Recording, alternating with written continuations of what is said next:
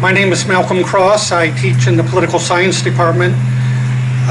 I've selected to read a short passage from 1984. Its author, George Orwell, was an English novelist and commentator. He fought in the Spanish Civil War he fought with the communist unit there, and he began to develop a deep skepticism of totalitarianism, whether it be communist or Nazi or in any other form. He wrote 1984 as a warning against the rise of totalitarianism. It can be seen as a warning not only against political totalitarianism, but also against the soft totalitarianism imposed by modern managerial society. 1984 was banned by the Soviet Union for being anti-communist.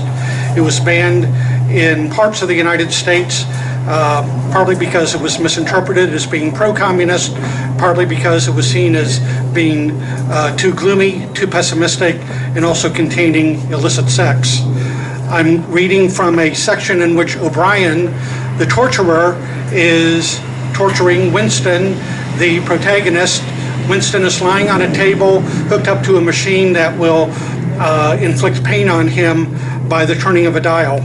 And so here we go. O'Brien was looking down at him speculatively. More than ever, he had the air of a teacher taking pains with a wayward but promising child. There is a party slogan dealing with the control of the past, O'Brien said. Repeat it, if you please. Who controls the past controls the future. Who controls the present controls the past, repeated Winston obediently. O'Brien nodded his head with slow approval. Is it your opinion, Winston, that the past has real existence? Again, the feeling of helplessness descended upon Winston. His eyes flitted toward the dial.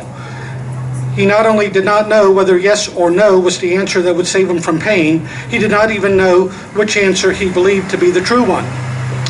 O'Brien said, I will put it more precisely. Does the past exist concretely in space?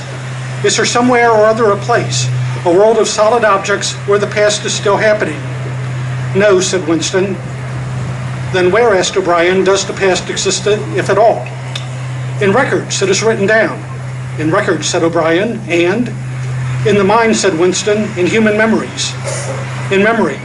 Very well then, we, the party, control all records and we control all memories.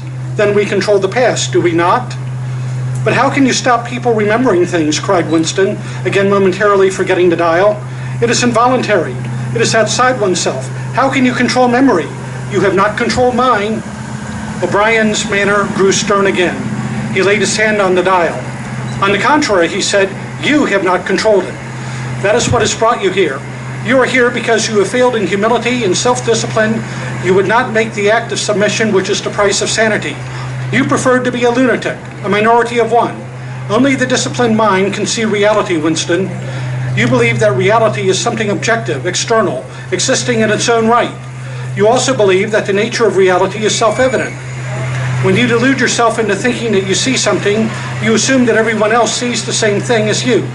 But I tell you, Winston, that reality is not external. Reality exists in the human mind and nowhere else. Not in the individual mind, which can make mistakes, and in any case soon perishes, only in the mind of the party, which is collective and immortal. Whatever the party holds to be truth is truth. It is impossible to see reality except by looking through the eyes of the party. That is the fact that you have got to relearn, Winston. It needs an act of self-destruction, an effort of the will. You must humble yourself before you can become sane. He paused for a few moments as though to allow what he had been saying to sink in. Do you remember, he went on, writing in your diary, freedom is the freedom to say that 2 + 2 make 4? Yes, said Winston. O'Brien held up his left hand, its back toward Winston, with the thumb hidden and the 4 fingers extended. How many fingers am I holding up, Winston? 4. And if the party says that it is not 4 but 5, then how many? 4, said Winston. The word ended in a gasp of pain. The needle of the dial had shot up to 55. The sweat had sprung out all over Winston's body.